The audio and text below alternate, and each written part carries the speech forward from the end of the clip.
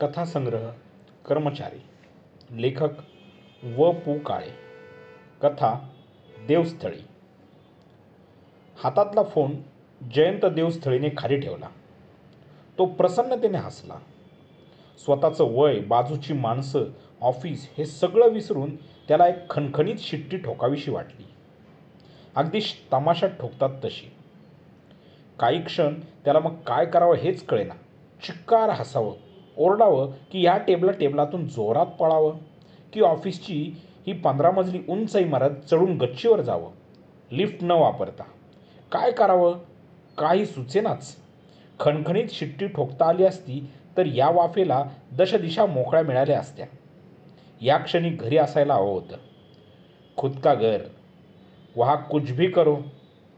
छायाने बातमी सांगितली तेव्हा अशी शिट्टी ठोकावीशी वाटली आणि पुढल्या क्षणी आपण शिट्टी ठोकली सुद्धा. पलीकडच्याच खोलीत छायेचे दादा 2 दिवसांसाठी राहायला आले होते हे आपण विसरलो होतो. शिट्टी ऐकताच ते पाठोपाठ आले होते. आपण चक्क थाप मारली. रस्त्यावर कुणीतरी वाजवली असेल. दादा निघून गेले. छायाला आपण चिडून हैराण केलं. मुलगा की मुलगी? क्षणाचा विलंब न करता छायाच्या नाकाचा शेंडा पकडीत आपण म्हणालो, बाय ऑल मीन्स मुलगी. काय सांगता काय? येस, छोकरी मांगता है और वो भी बिलकुल ऐसी. इश्श, काहीतरीच काय? काहीतरीच मुळीच नाही. मुलगी हवी हुबेहूब तुझ्यासारखी. म्हणजे काय होईल? तुझी लहानपणापासूनची सगळी रूपं मला पाहता येतील. जयंतला आता हे सगळं आठवलं. इथं शिट्टी वाजवली तर केबिनमधून साहेब बाहेर येतील. आपलं ऑफिस 11व्या मजल्यावर, तेही एअर कंडिशन. शिट्टी रस्त्यावरून आली असली थाप पचायची नाही. काय करावं? तोच पुन्हा फोन वाजला. Hello hello. I want to speak to mister Devasthali. Speaking. मी शरद बोलतोय, छायाचा भाऊ. ओळखलं, बोला. छायाला मुलगी झाली एवढ्यात समजलं. कसं? खुद्द डॉक्टरांनीच कळवलं. ओ सॉरी. का बुवा? मला वाटलं ही बातमी प्रथम मला कळवायला मिळेल. Any congrats. थँक्स. पार्टी? म्हणाल तेव्हा. संध्याकाळी भेटतो. जरूर. जयंत देवस्थळीने आता जरा मोकळा श्वास झाला. जयंत देवस्थळी आता जरा मोकळा झाला. मेवण्याशी जरा बातचीत केल्यावर आनंदाने आलेलं दडपण कमी झालं. त्याने खोलवर श्वास घेतला. आपण बाप झालो. बाप. क्षणभरापूर्वी आपण कुणाचा तरी पती, कुणाचा भाचा, कुणाचा पुतण्या, लेक, भाऊ, मेहुणा, मामा एवढेच होतो. ह्या क्षणी आपण बाप झालो. म्हणजे सालं नक्की काय झालं? पण जे झालं ते खरं म्हणजे आपोआपच. आपल्याला बाप होताना तसं काही कळलं नाही. ऑफिसात प्रमोशन मिळालं तेव्हा नक्की काय मिळालं ते कळलं. ऑफिसर होतानाचा प्रत्येक क्षण समजत होता. धरून ठेवता येत होता. इकडून तिकडे फायली फिरत होत्या. हुकूम टाईप होत होते. मीटिंग्ज होत होत्या.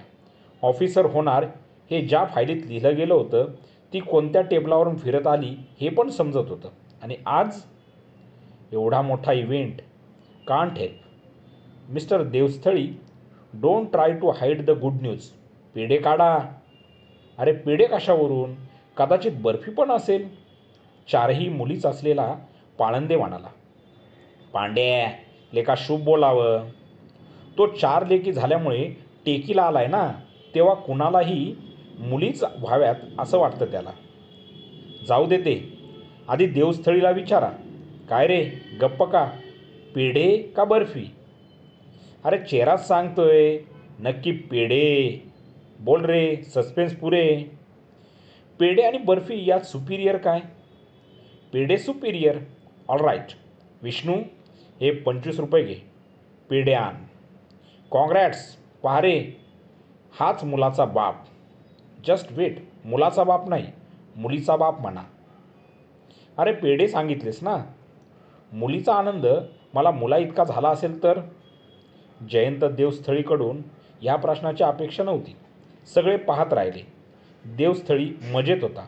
फार सुखात होता. केवळ पेढे वाटून जयंत देवस्थळी थांबला नाही. 4च दिवसांनी आलेल्या शनिवारी त्याने स्टाफला जेवण दिलं. मुलींसाठी जो जो कोणी सर्वात नवीन नाव सुचवेल त्याच्यासाठी त्याने 10 रुपयांचं बक्षीस जाहीर केलं. स्टाफने चित्रविचित्र अनेक नावं सुचवली. एक जुनं नावच मॉडर्न ठरलं आणि पक्क करण्यात आलं. बारशाच्या दिवशी पुन्हा पेढ्यांच्या पुड्या वाटण्यात आल्या. छोट्या छोट्या प्लॅस्टिकच्या पिशवीत 2-2 पेढे आणि पिशवीवर नाव छापलेलं, देवयानी. पैजेचं बक्षिसाचे 10 रुपये पानसरेला मिळाले. 2 दिवसांनी एक झगझगीत कव्हरचा अल्बम स्टाफमध्ये फिरत होता. देवयानीच्या बारशाच्या सोहळ्याचा तो अल्बम होता. फुलांनी शृंगारलेल्या पाळण्यात देवयानीला शोधूनच काढावं लागत होतं. 12 दिवसांनी ती एवढीशी छोकरी फुलात हरवली होती. अजून रंगीत फोटो तयार झालेला नव्हता. जयंत देवस्थळीच्या आनंदाला पारावर नव्हता. हौसेला वारेमाप मोल देत होता, पण कुठे मर्यादा नव्हती. त्रैलोक्याचं राज्य मिळावं तसा देवस्थळी खुशीत होता. रनिंग कॉमेंट्री ऐकवावी त्याप्रमाणे स्टाफला रोज देवयानीची प्रगती जयंत देवस्थळी ऐकवू लागला. महिन्याच्या अंतराने देवयानीची वाढ फोटोतून स्टाफला समजत होती. कुठे कुठे या हौसेचं कौतुक होत होतं, क्वचित कुठे टिंगल. Jayant Devasthali was not bothered. He was just happy. देवयानीच्या वर्ष वाढदिवसाला त्याने रजा घेतली. स्टाफला पुन्हा पार्टी. नातेवाईक मित्र यांनी दिलेल्या प्रेझेंट्समध्ये देवयानी बुडून गेली. एक गोष्ट मात्र प्रत्येकाने मान्य केली, ती म्हणजे देवयानीचं रूप. पोर देखणी होती. गोरी गोरी पान फुलासारखी छान या वर्णनाला मागे टाकणारी. बापाने एवढा जीव टाकायला हवाच. जयंत देवस्थळीचा हेवा देखण्या देवयानीबद्दल, देखण्या देवयानीचा हेवा उधळून प्रेम करणाऱ्या बापाबद्दल. देवयानी 2 वर्षाची झाली. जयंत देवस्थळी त्याच्या ऑफिसचा ब्रांच मॅनेजर झाला. दर शनिवारी ऑफिस सुटण्यापूर्वी त्याचा शोफर देवयानीला घेऊन ऑफिसात यायचा. तिच्या येण्याने दुपारी 2 वाजता सुटणारं ऑफिस 1 वाजता सुटल्यासारखं वाटायचं. देवयानी एखाद्या राजकन्येप्रमाणे ऑफिसात यायची. पप्पांची केबिन कुठे आहे हे तिला पाठ झालेलं होतं. स्टाफने मारलेल्या हाका ऐकूच आल्या नाहीत अशा थाटात ती केबिनकडे चालत राहायची. कुणी पकडण्याचा अभिनय केला की ती भिवून पळू लागायची. तिच्या पायातल्या इवल्याशा बुटांचा मोठा आवाज व्हायचा. तिचे छोटे छोटे गोरे गोरे पाय, त्यावरचे छोटेसे मोजे, हे सगळं पाहताना स्टाफचं भान हरपून जायचं. एअर कंडिशन ऑफिसात देवयानीचा लाडीक, नाजूक आणि मुलायम आवाज, बोबडे बोल प्रत्येकाला ऐकू यायचे.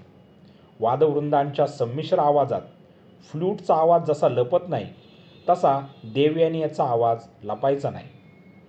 शनिवारी दुपारी देवयानीला घेऊन संध्याकाळपर्यंत भटकायचं हा देवस्थळींचा नेमच. 16 सोमवारच्या कडक व्रताप्रमाणे त्याने ते व्रत पाळलं होतं. शनिवारी दुपारी घ्यावी लागणारी स्टाफची मीटिंग तो शनिवारी सकाळीच ऑफिस सुरू होण्यापूर्वी 1 तास अगोदर घेऊ लागला. स्टाफने या योजनेला मान्यता द्यावी म्हणून दर शनिवारी ब्रेकफास्टचा खर्च तो स्वतः करू लागला. देवयानीवरचा त्याचा हा लोभ जणू सर्वमान्य झाला होता. त्या लागवी पोरीने पण आता सगळ्यांना चटका लावला होता. जाकात वसूल करावी त्याप्रमाणे शनिवारी ऑफिसात येताच ती दंडवतेंकडून चॉकलेट घ्यायची. टायपिस्ट डिसूजाकडून तिनं खोडायचं गोल रबर पळवायची. पट्टेवाल्याचा चकाकणारा बिल्ला, पिंटोच्या टेबलावरचा पेपरवेट, रणदिव्यांच्या नेकटायवरची विमानाची टायपिन आणि बिली मोरियोच्या टेबलावरचं टिचकी मारताच नवी तारीख पुढे ढकलणारं कॅलेंडर, हा तिचा संसार होता. तो गोळा करीत करीत ती पप्पांच्या केबिन बाहेर उभी राहायची. दरवाजा एकदम ढकलत नाहीत हे तिने पाहिलं होतं. जयंत देवस्थळीने तिला कधीच येताना पाहिलेलं असायचं. कसा तरी धीर करून ते केबिनमध्येच थांबायचे. दारावर इवल्याशा हाताने टकटक आवाज होताच ते दार उघडायचे आणि देवयानीच्या हातातल्या वस्तूसकट तिला उचलून घ्यायचे. तेव्हा एखादी वस्तू तरी हमखास तिच्या हातून खाली पडायची. मग लगबगीने खाली उतरणं, हे सगळे दर शनिवारी होणारच. त्यानंतरच 5-10 मिनिटांनी कुणीही दरवाजा उघडला तर देवयानी गोल फिरणाऱ्या खुर्चीवर बसलेली आणि देवस्थळी चक्क जमिनीवर बसून खुर्ची गोल गोल फिरवत बसल्या आहेत हा देखावा हमखास दिसायचा. पूर्वसूचनेशिवाय आत प्रवेश करायला अशा वेळी फुल्ल परमिशन. देवयानी वाढत होती. जयंत देवस्थळीचं कौतुक वाढत होतं. स्टाफला आता त्यांची नुसती सवयच नव्हे तर त्यांच्यापैकी काहींच्या आयुष्यात त्यांना तो आनंदाचा सोहळा वाटत होता. जयंत देवस्थळीच्या सलगीतल्या चीफ अकाउंटंटने विचारलं एकदा, देवस्थळी साहेब बोला. देवयानी 4 वर्षांची झाली. येस. आता पेढे हवेत. देवस्थळी अशा अर्थाने हसले की त्यांनी प्रपोजल फेटाळून लावलंय हे चीफ अकाउंटंटनी ओळखलं. तरी त्यांनी धीर सोडला नाही. ते म्हणाले, एवढं प्लॅनिंग बरं नाही. मला सरकारची मुळीच चिंता नाही. मग देवयानीसाठीच मी काळजी घेतोय. साहेब, मी देवयानीसाठीच म्हणतोय. म्हणजे काय? शी नीड्स अ कॅम्पेनियन. मी आहे ना. तुमच्या लहान होण्याला मर्यादा आहे. तुम्ही तिच्याशी फक्त खेळता. तुम्ही तिच्याबरोबर भांडणार नाही. वा, एकदा घरी येऊन पहा. मी जकास भांडतो पण तिला ओचकारता, भलतंच, ढकलता, चावता, तिचे केस ओढता. नॉनसेन्स. अकाउंटंटचा धीर चेपला. उत्साहाने ते म्हणाले, मी तेच म्हणतो. आपल्या वयाला नॉनसेन्स वाटणाऱ्या गोष्टी त्या वयातल्या मुलांना वाटत नाहीत. त्या त्या वयात त्या त्या गोष्टी व्हायला हव्यात. चावणं, ओरबाडणं, लागणं, गुडघे फुटणं हे सगळं घडायला हवं. त्यातून मुलं जे शिकतात त्याला तोड नसते. स्वसंरक्षण, आक्रमण, कांगावा सगळं शिकतात. जयंत देवस्थळी पाहत राहिले. साधी साधी माणसं एखाद्या क्षणी किती महत्त्वाचं बोलून जातात याची त्यांना गंमत वाटली. I will think on this. देवस्थळींच्या आश्वासनाने अकाउंटंट खुलले. हातातली फाईल त्यांनी सहीसाठी समोर ठेवली. यांत्रिकतेने ठरलेल्या ठिकाणी सही करतानाच देवस्थळींनी विचार पक्का केला. देवयानी एकटी राहिली तरी चालेल. No second issue. 2 पोरावर एकाच वेळी सारखं प्रेम करताच येणार नाही. दुसऱ्या मुलापायी देवयानीवर इनजस्टिस होऊन द्यायचा नाही. टेबलावर समोरच ठेवलेल्या देवयानीच्या फोटोकडे पाहत त्यांनी तिला आश्वासन देऊन टाकलं, डोंट वरी बेटा. तुझ्या माझ्या प्रेमात मी वाटेकरी येऊ देणार नाही. वरची पोस्ट जयंत देवस्थळींनी नाकारली ही बातमी त्या लहानशा ब्रांच ऑफिसात पोहोचायला आणि पसरायला वेळ लागला नाही. सेवानिवृत्त व्हायच्या वयाला आलेले काटदरे केबिनमध्ये आले. बसा काटदरे, तुम्ही माझ्यापेक्षा मोठे आहात. इथं कधीही असं उभं राहून मला लाजवायचं नाही हे मी तुम्हाला मागच सांगितलं आहे. तुमचा अधिकार मोठा आहे. तरीही मी वयाने वडील असणाऱ्यांना मानतो. सूत्रपकडीत काटदरे म्हणाले. त्या जोरावर एक विचारू का? अवश्य. तुम्ही प्रमोशन नाकारलं? होय. का? प्रमोशन पोस्ट म्हणजे भ्रमंती आली. 3-4 वर्षाचाच प्रश्न होता. Not a small period. अख्खा हिंदुस्तान पाहून झाला असता. I have no fascination. कदाचित फॉरेनचा चान्स. No glamour. का पण? काटदऱ्यांनी हा प्रश्न विचारताच देवस्थळी काही बोलले नाही. त्यांनी उगाचीच गळ्याचा टाय आवळला, खिशातून रुमाल काढला, चष्मा पुसला. देवस्थळींनी चष्मा काढताच त्यांच्या नाकावर चष्मा टेकतो तिथे पडलेला चट्टा काटदरेंना दिसला. देवस्थळी मूळचे किती गोरे होते हे त्या चट्ट्यावरून कळत होते. चष्मा पुन्हा नाकावर चढवून देवस्थळी देवयानीच्या फोटोकडे पाहत राहिले. साहेब बोला. थोडी लिबर्टी घेऊन बोलू का? अवश्य. एवढी अटॅचमेंट बरी नाही. You will be miserable. काटदऱ्यांचा रोग समजून देवस्थळी खळबळवून हसले. काटदऱ्यांचा चेहरा उतरला. Don't misunderstand me Katdare. मला समजलंय तुम्ही काय सांगणार आहात ते. अनुभवाचं बोलतोय. शेवटी परक्याचं धन. जितकी माया लावाल तितकं जड जाईल. देवयानीचा फोटो हातात घेत देवस्थळी म्हणाले, ह्या पोरीला मी दूर नाही ठेवू शकत. 4 वर्षांची झाली. माझ्याजवळ राहण्याची फक्त 16 वर्ष राहिली. आणि काटदरे, पैसा मिळवायचा तो तरी कोणासाठी? या बछड्यांसाठीच ना. त्यांच्यापासून दूर राहून तो मिळवणं मला जमणार नाही. आज आहे हे खूप आहे. तेवढ्यात फोन वाजला. देवस्थळींनी फोन उचलला. बोल बच्चा, मी पप्पाच बोलतोय. नंतर माऊथपीसवर हात ठेवीत काठदऱ्यांसमोर फोन धरीत ते म्हणाले, बघा काठदरे, व्हॉट अ स्वीट व्हॉइस. किती मॅनर्सने बोलते पहा. दौरा, परदेश, प्रमोशन, मारो गोली. काठदरे मुकाट्याने देवयानीचा आवाज ऐकायला पुढे आले. देवस्थळी सांगत राहिले, सणक आली की फोन करते. दौऱ्यावर गेलो तर कुणाला फोन करील. देवस्थळींनी प्रमोशन नाकारल्यामुळे ज्या दुसऱ्या ऑफिसरचा फायदा झाला त्याने देवस्थळींना तोंड भरून दुवा दिला. महत्त्वाची मीटिंग असताना कामावर येऊ शकत नसल्याचा देवस्थळींचा फोन आला. देवयानीला ताप आला होता. संध्याकाळी एक दोघं प्रकृती पाहायला घरी गेले. राजकन्या काय म्हणते. पप्पा सतत जवळ हवे म्हणतात. देवस्थळींच्या स्वरात कौतुक होतं. ही सवय कुणी लावली. पप्पांनीच, देवयानीने उत्तर दिलं. एकाएकी ताप कशाने आला. पोरगी मॅड आहे म्हणून. हे हो काय पप्पा. बरं बाई, चुकलो. काय झालं काय पण. काल ऑफिस सुटल्यावर राहिलेल्या 4-5 फाईल्स संपून टाकल्या. साहेब ते फार चांगलं झालं. आजची मीटिंग त्याच फाईल्सवर अवलंबून होती. मला ते माहीत होतं, पण त्यानेच तर घोटाळा झाला. काय झालं. ही मॅड पोरगी भर पावसात माझी वाट पाहत उभी राहिली होती गॅलरीत. आईचं पण ऐकलं नाही. रात्री सणसणून ताप भरला. कुणाची ट्रीटमेंट. स्पेशालिस्टलाच बोलावलंय. कंप्लीट चेकअप करून घेणार आहे. एवढ्याशा तापाचा एवढा भाऊ करणाऱ्या जयंत देवस्थळीची घरी वा दारी चेष्टा झाली. ऐपत असली की असं असतं. ह्या समेवर ऑफिसातली चर्चा जाऊन थांबली. खरं तर तसा कुणाचाही संबंध नसतो. खिशातले 4 चव्वल कुणी उचलून देत नाही. पेड्यांच्या पुड्यापुरताच इतरांचा संबंध. पण माणसं अहमिकेने चर्चा करतात, धन्यता मानतात. गप्प होते फक्त काठदरे. एकच मुलं असलं की त्याला जपताना माणसाचा जीव किती खोलवर होतो हे ते जाणून होते. जो प्रेम करतो तो स्वतःला असं छळून घेतो. एखादं गाणं जसं हा हा म्हणतात संपतं, तसं आयुष्य संपत होतं. ब्रांचमधली माणसं वाढली. पूर्वी जिथं 34 माणसं काम करीत होती तिथं आता 75च्या वर स्टाफ झाला आहे. जुन्या माणसांपैकी काहींचे केस पिकले, टक्कल पडली. 40 तर बहुतेकांच्या डोळ्यावर चढली. जागा पुरेना म्हणून इमारतीवर एक मजला चढवण्यात आला. काही सेवानिवृत्त झाले.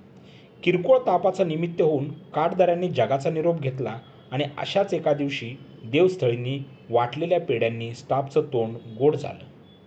राजकन्येसारख्या देवयानीचं लग्न ठरलं होतं. नव्याने कामावर आलेल्यांना देवयानी माहीतच नव्हती. चॉकलेटवाले दंडवते, टायपिस्ट डिसूजा, पेपरवेटवाला पिंटो, टायपिनवाले रणदिवे, कॅलेंडरवाला बिली मारियो हे सगळे चमकले. त्यांना पिढा तितका गोड लागला नाही. प्रत्येकजण नित्याच आयुष्य ढकलण्यात इतका गुंतलेला असतो की हे तेच काम किती वर्ष करीत आहोत हे सुद्धा त्यांना समजत नाही. कुणाच्या तरी मुलाची, मुलीची ही अशी लग्नाची वार्ता आली की गेलेला काळ जाणवतो. स्वतःचं आयुष्यही किती संपलं याची अचानक जाणीव होते. या जाणीवेच्या पाठोपाठच प्रत्येकाला प्रश्न पडला, आता जयंत देवस्थळीचं कसं होणार. सगळे केबिनकडे धावले. प्रत्येकाने देवस्थळीला शेकहँड केला. देवस्थळीच्या टेबलावर देवयानीचा तोच छोटा फोटो होता. फोटोतली ही एवढीशी परी लग्नाच्या वयाची झाली. Can't believe. साहेब दिवस काय भराभर संपले. अरे साला, एकदम मॅरेजची वार्ता. आपण तो साला बिलीवच नाही करते. हे बोलता बोलता बिली मोरियाच्या डोळ्यात पाणी आलं. खिशातून स्वच्छ परीट गडीचा रुमाल काढीत त्याने ते टिपलं. त्याचा तो स्वच्छ रुमाल पाहून दंडवत्यांना स्वतःच्या रुमालाची लाज वाटली.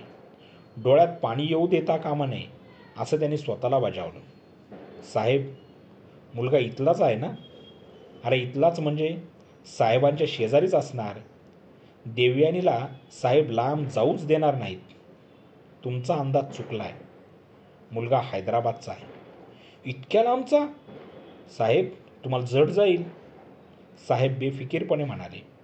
दंडवते, माणूस चंद्रावर जाऊन पोचला आहे. जग लहान होत चाललंय. साहेब ते रशियातल्या आणि अमेरिकेतल्या माणसाला इथं डोंबिवलीपर्यंत जाताना स्वर्ग आठवतो. तुम्ही म्हणता ते खरं आहे, पण साहेब, मुंबईतल्या मुंबईत चांगलं स्थळ मिळालं असतं की. रणदिवे, अहो दैवी योजना असते. We have to act accordingly. तेव्हा इलाज नाही. तुम्ही सगळ्यांनी रजा घेऊन यायचा. देवयानीला तुमचा लळा आहे. तुम्ही घरच्यासारखे आहात. मलाही तुम्ही दिवसभर हवे आहात. काय येणार ना? अर्थातच साहेब. पांढराशुभ्र लेंगा, वर कोशाच्या कपड्याचा झब्बा आणि डोक्याला रेशमी बदामी रंगाची छटा असलेली गांधी टोपी, अशा कपड्यातल्या जयंत देवस्थळींनी प्रत्येकाचं स्वागत केलं. कार्यालय गजबजून गेलं होतं. मुहूर्त सकाळचा होता. अंगावर दागदागिने घातलेली देवयानी साक्षात लक्ष्मीसारखी दिसत होती. प्रत्येकाची नजर तिच्यावर खिळून राहत होती. स्टाफमधल्या प्रत्येकाला तिने वाकवाकून नमस्कार केला. स्टाफचं लक्ष सतत साहेबांकडे होतं. 6.25 फूट उंचीचे साहेब. खऱ्या साहेबांनी हेवा करावा असं लाल गोरेपण, डोळे घारे, केस भरपूर पण थोडे पांढरे, थोडे करडे, थोडे तांबूस, चेहरा अत्यंत बोलका आणि हसमुख आणि नेहमीचं बोलणं जरा वरच्याच आवाजाचं, असे जयंत देवस्थळी ह्या माणसांनी भरलेल्या हॉलमध्ये सुद्धा पटकन निराळे दिसून येत होते. त्यांचे डोळे आज सकाळपासून लाल दिसत होते. नक्की ते रात्रभर रडले असावेत. दंडवते म्हणाले. Quite natural. काय जीव टाकलाय पोरीसाठी आयुष्यभर. आणि बोलताहेत पण जास्त मोठ्यांदा. ते आज नेहमीपेक्षा जास्त हसतायत. He wants to show that he is quite normal, Pinto म्हणाला. विवाहविधी जुन्या पद्धतीप्रमाणे चालला होता. कितीही कठोरपणाचा आवा आणला तरी कन्यादानाच्या वेळी साहेबांना स्वतःला सावरता येणार नाही हे नक्की. ऑफिस स्टाफ मुद्दाम जवळ उभा राहिला, पण तोही विधी पार पडला. देवयानी मुसमुसून रडत होती. तिचं रडणं पाहून इतरांना गलबलून येत होतं. साहेब शांत होते. जास्त हसत होते. मोठ्यांदा बोलत होते. मोकळीक मिळताच ते गप्पा मारायला आले. सिगरेट शिलगावीत ते म्हणाले, माणसं काय एवढी रडतात काही कळत नाही. ते स्वाभाविक आहे. अरे, पण मुलगी होते त्याच दिवशी हा दिवस उगवणार हे माहीत असतं. नेहमी बोलतात त्यापेक्षा वरच्या पट्टीत जयंत देवस्थळी आवेशाने सांगायला लागले. माझा आता या पोरीवर किती जीव आहे हे तुम्हाला माहीतच आहे. पण मला मुळीच काही वाटत नाही आणि वाटणार पण नाही. बिली मोरिया मध्येच पटकन म्हणाले, अरे, तुम्हाला क्राईम म्हणजे साला बिलो डिग्निटी वाटतो काय? I don't know, but somehow I am unable to cry. रडायचं का हेच कळत नाही. तरी माणसं रडतात एवढं खरं. अरे, परवा आमचा मावस भाऊ काय रडलाय. एखादी बाईच म्हणजे दिवसभर अगदी नॉर्मल होता. साहेब, तसा तो दाखवत असेलही. संध्याकाळी नवऱ्याबरोबर जाण्यापूर्वी मुलगी नमस्कारासाठी खाली वाकल्यावर तो ज्या तऱ्हेने रडला त्यावरून दिवसभर त्याने नाटकच केलं असं म्हणायला हवं. इतका रडला. त्याला 4 माणसांनी आवरून धरलं. त्याच्या जावयाला त्या क्षणी काय करावं हेच कळेना हो. मोठी चमत्कारिक अवस्था.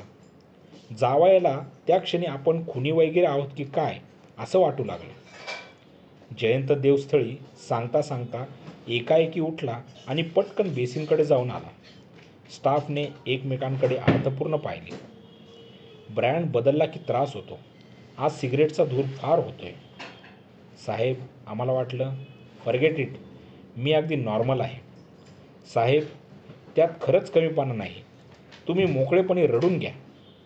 अहो, पण यायला हवं ना. आज रायडाला येत नसल्यानेच जास्त पंचायत झाली आहे.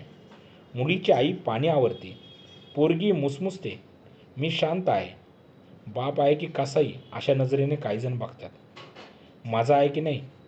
बोलता बोलता थांबून देवस्थळी मोठ्यांदा हसायला लागले. उठता उठता त्यांनी पिंटोंच्या पाठीवर सलगीची थाप. रिसेप्शन पार पडलं. कोणाला तरी निरोप देताना देवस्थळी मोठ्यांदा सांगत होते, अरे, माणूस चंद्रावर पोचला. हैदराबादची काय कथा. क्रो फ्लाय डिस्टन्स असं कितीचं अंतर असणार. मनात आलं की विमानाने जाऊन भेटून येईन. मुलगी दुरावत वगैरे काही नाही. ती पतीपेक्षा जास्त पित्याचीच असते. त्यानंतर कुणाची तरी समजूत घालीत तो म्हणाला, मावशी, तू सांगायचीच काय ती खोटी आहे. तार केली की देव्यानी धावत येईल. आपला अधिकार कायम राहणार तिच्यावर. रिसेप्शन संपलं. उभं राहून उठबाशा काढून देव्यानी आणि जावई बापू थकून गेले. रिसेप्शनच्या खुर्च्या मिटवून टाकायला कार्यालयातल्या गाड्यांनी आरंभ केला. आतल्या हॉलमध्ये रात्रीच्या कढी भाताच्या जेवणाचं मोजकं पान बसलं. कार्य सुरळीत पार पाडल्याचं समाधान प्रत्येकाच्या चेहऱ्यावर दिसत होतं. जेवणं आटपली. पान लावीत मंडळी बसली. वरपक्षाला आता निघायची घाई झाली होती. जयंत देवस्थळी मात्र काय घाई आहे अशा अर्थाने सगळीकडे पाहत होते. दंडवते म्हणाले, देव्यानी जाण्यापूर्वी आपण निघूया. साहेबांनी किती आव्हानला तरी शेवटच्या क्षणी त्यांचं दुःख आपल्याला बघवणार नाही. आपल्याला तर तेव्हाच रडायला येईल. अरे, खुद्द स्वतःच्या लग्नात सासऱ्याला रडताना पाहून मी स्वतःच रडलो. Boss should cry freely. त्याच्यामध्ये काय ज्याला रडला तर. देवस्थळीचं तिथलं असल्याने चर्चा थांबली. कुठपर्यंत आलंय? आता निरोप. मॅडमसारखा तिला गराडा घातलाय आणि प्रत्येकजण रडत आहे. किती समजूत घालणार आपण? देवस्थळी आणखी मोठ्या आवाजात सांगू लागले. मधल्या खिडकीतून पलीकडचा निरोप समारंभ, क्वचित एखादा हुंदका, सगळं दिसत होतं, जाणवत होतं. या खिडकीकडे मुद्दाम पाठ करीत देवस्थळी तोंड वळून बसले. साहेब, निघावं म्हणतो. देव्यानी आता निघालीच आहे. ती गेल्यावर निघूया. आणि मग ह्या न त्या निमित्ताने निरोपाचा क्षण जितका लांबवता येईल तितका तो देवस्थळीने लांबवला. तोपर्यंत त्यांनी राजकारण, नाटक, चित्रपट, महागाई, अश्लील वाङ्मय सगळ्यावर चर्चा केली. आणि तेवढ्यात देव्यानी बाहेर आली. तिच्या पाठोपाठ लाल लाल डोळे झालेल्या 4-5 बायका. ऑफिसातल्या प्रत्येक व्यक्तीला तिने वाकून नमस्कार केला. सगळ्यांचे रुमाल डोळ्याकडे गेले. जयंत देवस्थळी हसत होते. त्यांच्याजवळ देव्यानी जी नमस्काराला वाकली ती उठेच ना. जयंत देवस्थळींच्या पायावर कडत कडत अश्रू पडले. त्यांनी सावकाशपणे वाकून तिला उचललं. पप्पा. देवयानीने अक्षरशः टाहो फोडला. जयंत देवस्थळी हसत होते. त्यांनी देवयानीचे डोळे पुसले. अगं, हैदराबाद इथे आहे. नकाशात सगळी गावं अर्ध्या अर्ध्या इंचावर असतात. तितकं जवळ आहे. रशियातला माणूस तर चंद्रावर. मला काही सांगू नका. देवयानी दूर झाली. कुणीतरी टॅक्सी आणलीच होती. तिने देवयानीला पोटात घेतलं. टॅक्सी हल्ली. निरोपादाखल बाहेर काढलेला हिरवा चुडा घातलेला देवयानीचा हात बराच वेळ दिसत होता. देवयानीच्या आईला दोघी तिघींनी सावरलं होतं. त्यांची समजूत घालताना त्याही रडत होत्या. स्टाफही रडत होता. रणदिवे तर त्याच्याच मुलीचं लग्न लागल्या इतका.